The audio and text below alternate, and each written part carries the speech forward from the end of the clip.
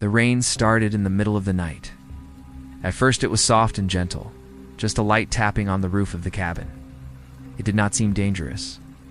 Rain was normal in Texas during summer, but as the hours passed, the sound grew louder. By 3 in the morning, it sounded like buckets of water being thrown from the sky. Thunder rumbled in the distance, and the wind howled outside. Inside cabin 6, 2 brothers, Levi and Micah Davis, lay in their beds. They had just arrived at Camp La Junta earlier that week. It was supposed to be a fun summer camp. Now, it felt like the middle of a storm. Micah turned in his bed, trying to fall back asleep. He whispered to himself that it was just a storm and it would pass. But deep inside, something felt wrong. The wind was too strong. The thunder was too close. The air felt heavy. Suddenly, Micah sat up. He had heard something strange. It was not thunder. It was not the rain. It was someone screaming outside the cabin. The scream was high and filled with fear. He jumped out of bed and rushed to Levi. "Wake up." I heard screaming. "Something is happening," Micah said, shaking his brother. Levi sat up quickly, confused and worried. They looked toward the door. Cold water was sliding under it. At first it was only a thin line, but within seconds, more water rushed in. Muddy water covered the floor. It was rising fast. The boys jumped out of bed. Their feet splashed down onto the cold floor. Trunks began to float. Clothes drifted around like lost toys. A pair of yellow Crocs floated past. The water was up to their knees. The bunk beds started to tilt.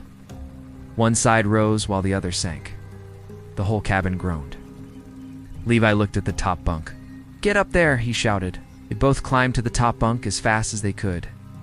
Just as they reached the top, the lower bed leaned hard against the wall.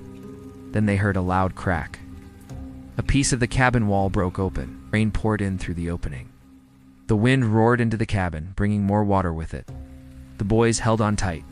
They had no phones. There was no signal anyway.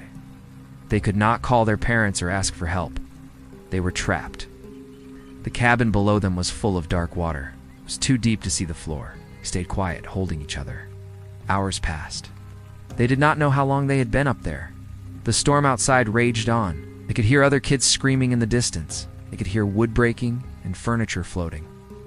Sometimes they heard footsteps in the water, but there was no way to tell where the sounds were coming from. Then they heard whispering. It was soft, almost like wind moving through leaves, but it was too steady, too close. "Did you hear that?" Micah asked. "Yeah," Levi replied. They leaned over the edge of the top bunk. The water was just inches below them. It was dark, thick, and filled with floating objects. But then they saw something that made them freeze. Its face was pale and still. The eyes were wide open and empty. Long black hair floated around it like seaweed. The face did not move, but it was staring at them. Then, without a sound, it sank beneath the water. Micah's voice shook. "What was that?" "I do not know," Levi said, pulling back. They covered themselves with a blanket, even though it was soaked. They held on tightly, shaking. The storm did not stop. The water kept rising. Later, they heard banging on the cabin walls. Other campers were running outside. Someone shouted that cabin 5 had fallen apart. The wall was gone. That cabin was right next to theirs. "My door floated away," Micah whispered. "I saw it."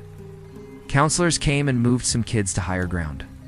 But the path to the safe building was too flooded to move everyone. Levi and Micah were told to stay where they were. It was safer for now, so they waited. The bunk bed creaked with every wave. The water touched the edge of their mattress. They tried not to move too much. They were afraid the bed might tip over and send them into the water, and they heard the whispering again, louder now. They looked down. Something was swimming through the water. It moved slowly and silently, circling the bed. It did not float like a trunk or a shoe. It glided like it was alive. The boys did not speak. They watched the shape move around them, stopped at the edge of the bunk, then it rose again. The same pale face broke the surface. Its eyes were open and lifeless. Its mouth opened too, but no sound came out. Only water spilled from it. The face looked straight at them. Then it disappeared once more. The bunk bed shook again. Something brushed against Levi's foot. It was cold and smooth, like skin. "Do not look down," he said quietly. They did not sleep. They just waited for daylight. Storm had passed by then, but the water had not gone down. The cabin was almost full. The ceiling was just above their heads. When the counselors finally arrived, they had to swim inside. One of them shouted in shock when he saw the water inside the cabin. "Oh my God, they are floating." The boys were pulled out one by one. They were wet, freezing, and silent. They were brought to a dry building with the other kids. That night, Levi and Micah could not sleep. Micah said he saw something in the corner of the shelter. It looked like someone dripping wet, just standing there. The next night, Levi woke up to find his sheets soaked.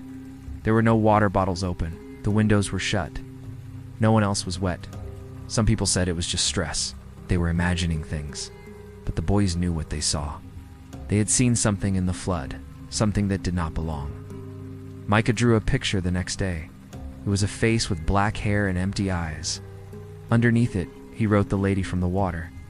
If you enjoyed this story and want more creepy, real-life inspired horror tales, make sure to subscribe to our channel. We post chilling stories based on true events, strange news, and unexplained mysteries. Hit the like button, leave a comment with your thoughts, and don't forget to turn on notifications so you never miss a scare. Thanks for watching, and remember, sometimes the scariest stories are the ones that really happened.